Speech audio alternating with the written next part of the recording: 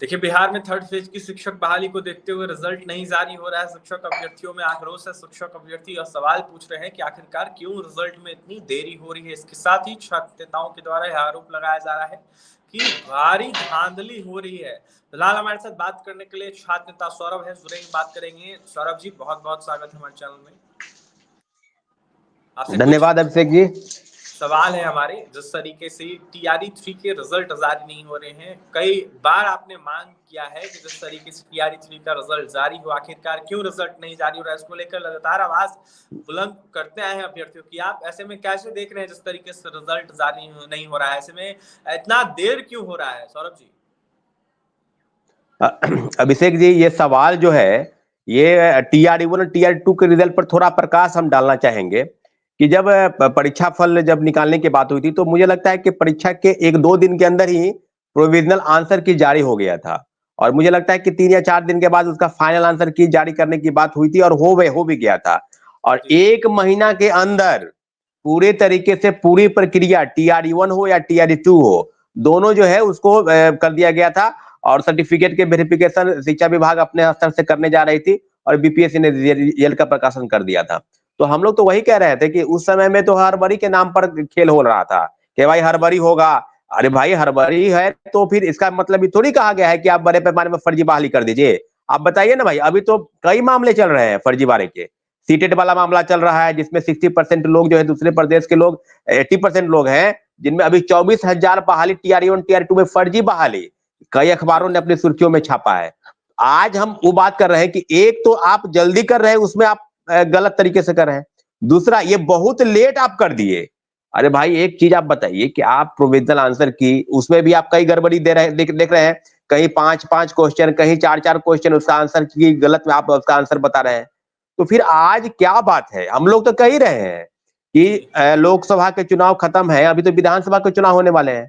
और बिहार सरकार के जिस प्रकार से कार्यशैली BPSC की है उसको तो संदिग्ध ही माना जाए ना। TRE 3 के पेपर लीक हुए, आरोपी कौन है, उसका मुख्य आरोपी अभी तक पता नहीं चला है। अभी कभी कभी ये बता रहा है कि संजीव मुखिया, तो कभी उसका बेटा शिव जो है PMCH का डॉक्टर, उसके बारे में बात चल रही है। 300 लोग गिरफ्तार होकर जेल गए। वही हम कह रहे हैं कि कुछ ना कुछ चल रहा है और चल नहीं रहा है। पूरे तौर पर BPSC में इस तरह की चीजें सामने आ रही है कि धांधली सेटिंग एक तौर पर कहीं ना कहीं चल रहा है। आप बताएं ना भाई कि रिजल्ट के विलंब के पीछे कौन कारण है? हम तो कारण अगर आप कहेंगे तो कहेंगे रोस्टर क्लियरेंस। रोस्टर क्लियरेंस में कितना टाइम लगता है? अभी तो हमको लगता है कि 1 to 5 का रोस्टर क्लियरेंस शायद आने वाला है। किसी भी वर्ग का रोस्टर क्लियरेंस अभी क्लियर नहीं हुआ है। आपको 50% आरक्षण के तहत आपको देने हैं। बैकलॉग सीट का भी बात कर रहे हैं कि हम बैकलॉग सीट को जो बाकी है उसको हम भरेंगे। तो अभिषेक जी, पूरी तरीके से बात की जाए तो ये छात्रों और अभ्यर्थियों को गुमराह कर रहे हैं। उनको अंधेरे में रखकर और तीर नहीं चला रहे, वो अंधेरे में रखकर पूरा जो गफलतबाजी है वो BPSC के अंदर चल रहा है। नए चेयरमैन को पता नहीं किस प्रकार की चीजें वो कर रहे हैं। इतना जरूर है कि BPSC एक बड़े पैमाने पर धांधली के संकेत हम लोगों को भी मिल रहे हैं कि BPSC में कुछ ना कुछ जरूर चल रहा है। कुछ शिक्षकों के भी नाम सामने निकल के आ रहे हैं जहां शिक्षकों पर आरोप भी लग रहे हैं, इस पर क्या कहेंगे आप? ये सवाल जो है अभिषेक जी काफी बेहतरीन सवाल है कि शिक्षक, और कौन शिक्षक, जिनको तो हम शिक्षक मानते नहीं है, वो तो यूट्यूबर है। यूट्यूबर जो है वो जाके BPSC के अफसर और अधिकारियों के भविष्य को तय कर दे कि परसेंटाइल नॉर्मलाइजेशन जो है आप लागू कर दीजिए। क्यों भाई? 67th में भी तो लागू करने चाह रहे थे BPSC के पूर्व चेयरमैन। छात्रों का बहुत बड़ा प्रोटेस्ट पटना में हुआ था 31 अगस्त 2022 को। और फिर आज नए चेयरमैन चाहते हैं। अब पूछ रहे हैं शिक्षकों से कि हम लागू कर दे क्या? तो क्या BPSC के शिक्षक हैं वो क्या, जिससे आप पूछ रहे हैं? देखिए खेल, देखिए एक से एक टूल किट, कई वीडियो जारी करवाए, कई ऐसे एक प्रोग्राम किसी चैनल के माध्यम से वो अपना वीडियो अपलोड कर रहे हैं। पूरे छात्र उनका विरोध कर दिए, हर बात का विरोध कर दिए। तो फिर आप क्यों? और आपको पता फिर चल रहा है कि फिर वो BPSC ऑफिस गए थे।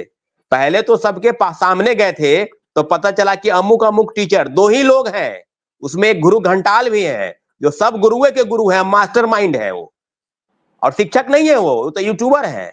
और वो कह रहे हैं कि आप लागू कर दीजिए। IIT JEE में लागू है, नीट में लागू है, SSC के पेपर में लागू है। BPSC का परीक्षा 150 नंबर का होता है, 150 प्रश्न पत्र रहते हैं और पूरे तरीके से एक परीक्षा है तो एक शिफ्ट में आयोजित होगा। और ये जो गफलतबाजी कर रहे हैं ना, छात्रों की लड़ाई है। अगर आप छात्र का हक आप चाहते हैं तो आप जी अगर चाहते हैं तो नॉर्मलाइजेशन लागू होगा। और आप जो गफलतबाजी करके आए हैं, डैमेज कंट्रोल करने से नहीं होगा, आप काफी बर्बाद करने में तुले हुए हैं। छात्र आपको समझ गए हैं कि आप एक रंगा सरसियार हैं, भ्रष्टाचार में लिप्त हैं, आप धांधली सेटिंग में आप लगे रहते हैं। पटना के 3 कोचिंग इंस्टीट्यूट का नाम अखबारों में सुर्खियों से छपा था। वो कौन इंस्टीट्यूट है जो उसी बैठक में भी तो वो भी गए थे क्या? ये बीपीएससी बताए, बताए बीपीएससी या आर्थिक अपराध अधिकारी बताए कि कौन कौन शिक्षक है। पूरी तरीके से ये शिक्षक नहीं है, ये छात्रों के भविष्य के साथ खिलवाड़ कर रहे हैं और होने नहीं देंगे खिलवाड़। जी परसेंटाइल और नॉर्मलाइजेशन पर छात्र एकजुट है। आगामी बैठक 15 तारीख को यानी 15 नवंबर को अगर तय होगी, छात्र बिल्कुल मुस्तैदी के साथ जाएंगे और चेयरमैन से बातचीत होगी कि हम लोग परसेंटाइल नॉर्मलाइजेशन नहीं चाहते हैं। ये बिल्कुल सौरभ, छात्र के पक्ष में नहीं है। एक सवाल आपसे रहेगा। झारखंड में आपने खुलासे किए थे सबसे पहले, जिस तरीके से कई सारे अभ्यर्थी फर्जी पकड़ाए थे, जिनके द्वारा जो है तमाम अनेक रणनीतियां बनाई जा रही थी। 200 ऊपर कह सकते हैं छात्र पकड़ाए थे। तो ऐसे में उन छात्रों को लेकर आपने कुछ देर पहले कहा कि खुलासा नहीं किया गया, उनके नाम सार्वजनिक नहीं किए गए। आखिरकार क्या उन अभ्यर्थियों को भी इस परीक्षा में बैठाया गया होगा? ये बड़ा सवाल है, लगातार उसको लेकर अभ्यर्थी भी सवाल पूछ रहे हैं। ये बात तो हम कई बार ही बीपीएससी सवाल किए कि जिन अभ्यर्थियों को हजारीबाग की चाक से बैंक्वेट हॉल से गिरफ्तार किया गया टीआरई 3 के परीक्षा के समय में, उसमें 270 लोग थे। वो कौन लोग हैं? उनका आप नाम, रोल नंबर, रजिस्ट्रेशन नंबर कब तो जारी आपने नहीं किया है। आप यहां तक कि आपने ये नहीं बताया कि क्या है और किस किस चीजों पर आप कर रहे थे। पूरे तरीके से व्यवस्था में कोचिंग इंस्टीट्यूट, शिक्षा माफिया और जो ये छोटे मोटे लोग हैं, ये नहीं, बड़े पैमाने पर बिहार में शिक्षक बहाली ही नहीं, कई परीक्षाओं के धांधली सेटिंग में लोग शामिल हैं और बीपीएससी का पूरा जो सिस्टम है वो शामिल है। ये तो आर्थिक अपराध इकाई कई बार 2-2 रिमाइंडर भेजी है कि बीपीएससी के अंदर हम अधिकारियों और कर्मचारियों से पूछताछ करेंगे। 2-2 रिमाइंडर के बाद भी अभी तक कोई जांच आगे नहीं बढ़ी है। निश्चित रूप से मैं यही चाहता हूं कि बीपीएससी के अंदर लोग चोर बैठे हैं और उल्टे छात्रों को नॉर्मलाइजेशन और परसेंटाइल के नाम पर गुमराह कर रहे हैं। किसी भी हाल में टीआरई 3 का पेपर लीक हुआ, उसके बारे में बताइए ना कि कौन लोग हैं। क्वेश्चन कैसे उन लोग के पास चला गया? 67 पेपर लीक हुआ, कौन है उसका मुख्य सरगना? कभी पिंटू यादव का नाम बोलते हैं, कभी आईएएस रंजीत का नाम आता है, गिरफ्तार नहीं कर पाए आप उनको। हम लोग विरोध किए तो गुजरात का में वापस भेज दिया गया। कभी 67 या 66 का पेपर लीक हुआ। तो बीपीएससी खुद बीपीएससी तो खुद भ्रष्टाचार में लिप्त है। वो क्या छात्रों को गुमराह नहीं होने देंगे। नॉर्मलाइजेशन और परसेंटाइल पर हमारी लड़ाई जारी रहेगी। आगामी बैठक में पूरे तरीके से छात्र मौजूद होंगे और एक सुर में नॉर्मलाइजेशन और परसेंटाइल के खिलाफ में अपने आवाज को बुलंद करेंगे। अंतिम सवाल रहेगा, एससीएसएस सिद्धार्थ आखिरकार क्यों नहीं टीआरई 3 को लेकर कुछ फैसला ले रहे हैं? क्यों नहीं रिजल्ट जारी करवा दे रहे हैं? क्या उनके हाथ में नहीं है या फिर वो चाहते नहीं है कि जल्द से जल्द रिजल्ट जारी हो? नहीं, रिजल्ट तो शिक्षा विभाग के हाथ में अभी नहीं है। वो रिजल्ट का प्रकाशन तो बीपीएससी को करना है, जो एजेंसी है। शिक्षा विभाग जो है वो डॉक्यूमेंट का वेरिफिकेशन करेगी, लेकिन हम लोग चाहते हैं कि शिक्षा विभाग या बीपीएससी जो भी करे, डॉक्यूमेंट का वेरिफिकेशन टीआरई के रिजल्ट के पहले हो, ताकि कोई सीट खाली नहीं रख दी जाए और बड़े पैमाने पर भ्रष्ट लोग, गलत लोग, जो शिक्षक अभ्यर्थी हैं, फर्जी डॉक्यूमेंट के साथ बहाल हो चुके हैं टीआरई 1 टीआरई 2 में, इस तरह का जो है नौबत टीआरई 3 में नहीं आए। इन सब मामलों को लेकर हमारी डिमांड है और जो भी डिमांड है वो डिमांड रखी जा रही है बीपीएससी के समक्ष। कई मुद्दों पर बीपीएससी ने सहमति जताई है, जिसमें 1 कैंडिडेट 1 रिजल्ट और डी भी रिजल्ट के प्रकाशन के पहले, दोनों मांग पर शायद मंजूरी मिली है। लेकिन मुझे लगता है कि अभी कुछ कहना उचित नहीं होगा। हम लोग की लड़ाई जो है परसेंटाइल और नॉर्मलाइजेशन को लेकर है और कोई शिक्षकों की लड़ाई नहीं है। शिक्षक थोड़ी परीक्षा देते हैं, परीक्षा तो छात्र को देना है। और अब बीपीएससी चाहती है कि शिक्षक को कॉन्फिडेंस में लेकर छात्रों को कॉन्फिडेंस में ले लिया जाए। बिल्कुल नहीं, छात्र पहले भी एकजुट थे और छात्र आज भी एक सुर में आवाज बुलंद कर रहे हैं कि no normalization, no percentile, 1 shift examination in BPSC 67। बस यही उनका मांग है और पूरे देश में नंबर 1 पर ट्रेंड किया था आपको कल ही ये। तो आप समझ लीजिए कि ट्विटर आंदोलन भी चल रहा है, प्रोटेस्ट की तैयारी भी चल रही है। बीपीएससी को झुकना होगा, हमारी मांग बिल्कुल जायज है।